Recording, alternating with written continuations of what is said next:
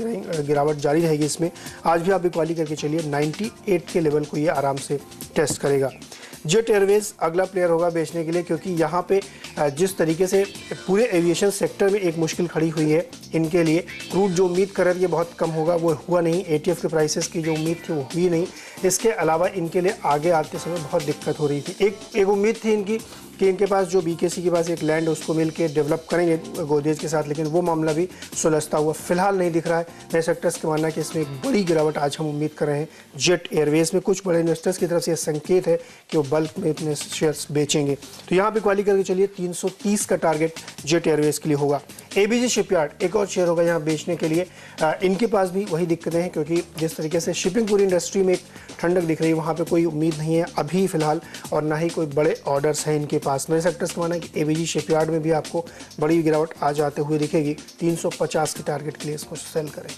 चलिए, तो नीरज के मिडिल ऑर्डर में यहाँ पर सारे गेंदबाज ही शामिल हैं, लेकिन प्रदीप बताइए आपका मिडिल ऑर्डर क्या कहता है?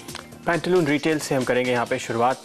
कल काफ़ी गिरावट हमने आते हुए देखी है, और इसके बाद जिस तरह से कल शाम खबर आई थी बाजार बंद होने के पहले कि यहाँ पर 22 तारीख को फाइनली इस पर ग्रुप ऑफ मिनिस्टर्स की मीटिंग होगी और आगे डिसीजन लिया जाएगा रिटेल में एफटीआई को लेकर। उसका फ़ायदा मिलने की गुंजाइश मेरे सेलेक्टर्स देखते हैं।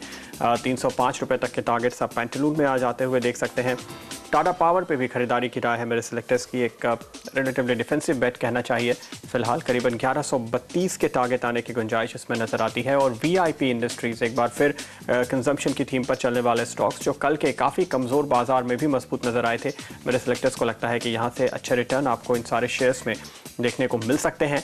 खरीद के मौके 818 तक के टारगेट्स आज के लिए लेकर चलेंगे और एक 769 के करीब स्टॉप लॉस लगाने की राय होगी। चलिए, अब वक्त है दोनों कप्तानों के फ्री हिट के बारे में जानने का।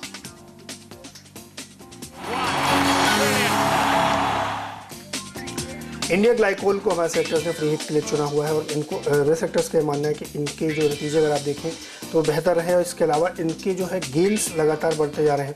क्रूड से बहुत डायरेक्टली रिलेटेड है, और जिस तरीके से क्रूड नीचे आता है इंडिया ग्लाइकोल जैसी कंपनियों को बहुत फायदा होता है। मेरे सेक्टर्स का मानना है कि ये स्टॉक को आपको अपने पोर्टफोलियो में भी रखना चाहिए, क्योंकि ये पोजिशनल ट्रेड के लिहाज से भी काफ़ी उम्दा माना जा रहा है। आगे आने वाले समय में आपको इसमें अच्छी उछाल देखने को मिलेगी, क्योंकि मेरे सेक्टर्स का मानना है कुछ इन्फॉर्म्ड इन्वेस्टर्स इसमें बड़ी बाइंग करने की सोच रहे हैं। तो अगर आप इसमें आज ट्रेडिंग के लिहाज से लेते हैं तो 150 का टारगेट रखिए, लेकिन अगर आप पोजिशनली होल्ड करते हैं तो 170-72 के टारगेट आपको आने वाले 4-6 ट्रेडिंग सेशंस में मिल सकते हैं।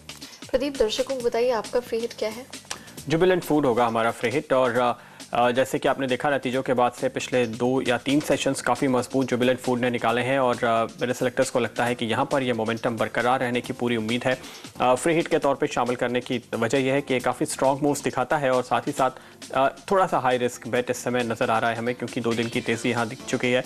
945 तक के टारगेट्स आने की गुंजाइश मेरे सेलेक्टर्स फिलहाल देख रहे हैं। जैसे कि नतीजों के बाद बड़े FIIs की ओर से यहाँ पर खरीदारी की राय बनी है, और 1100 रुपये तक के टारगेट्स दिए गए हैं। इसको देखते हुए मेरे सेलेक्टर्स ये मान रहे हैं कि यहाँ पर आपको अभी भी अपसाइड नज़र आता है, और जबकि 50% के आसपास की ग्रोथ ये कंपनी दिखा रही है, तो बाजार की या इकॉनमी की तेज़ी मंदी से बहुत खास फ़र्क इनको पड़ा नहीं है अब तक। जुबिलेंट फूड में 945 के टारगेट आज के लिए। चलिए, 7 प्लेयर्स हमारे दोनों कप्तानों ने उतार दिए हैं। एक बार फिर से नजर डालते हैं क्या है इनकी टीम में शामिल। प्रदीप की टीम में आप देखेंगे सारे बल्लेबाज हैं। इन्होंने शुरुआत की थी यूनियन बैंक और SBI बैंक से। तलवरकर्स इनकी टीम में शामिल हुआ। पैंटालून रिटेल स्टोरी पर इन्हें भरोसा है। टाटा पावर, VIP और फिर जुबिलेंट फूड इन्होंने अपनी टीम में उतारा है। नीरज की टीम पर नजर डालते हैं। ज्यादातर आप देखेंगे इनकी टीम में आज गेंदबाज ही शामिल है। 2 बल्लेबाजों पर इन्होंने बेट की है। यहाँ पर KRBL और इंडिया ग्लाइकोल, इन पर ये बुलिश है, और यहाँ पर इन्होंने खरीदारी की रिकमेंडेशन दी है। लेकिन अभी वक्त हुआ एक बहुत ही छोटे से ब्रेक का।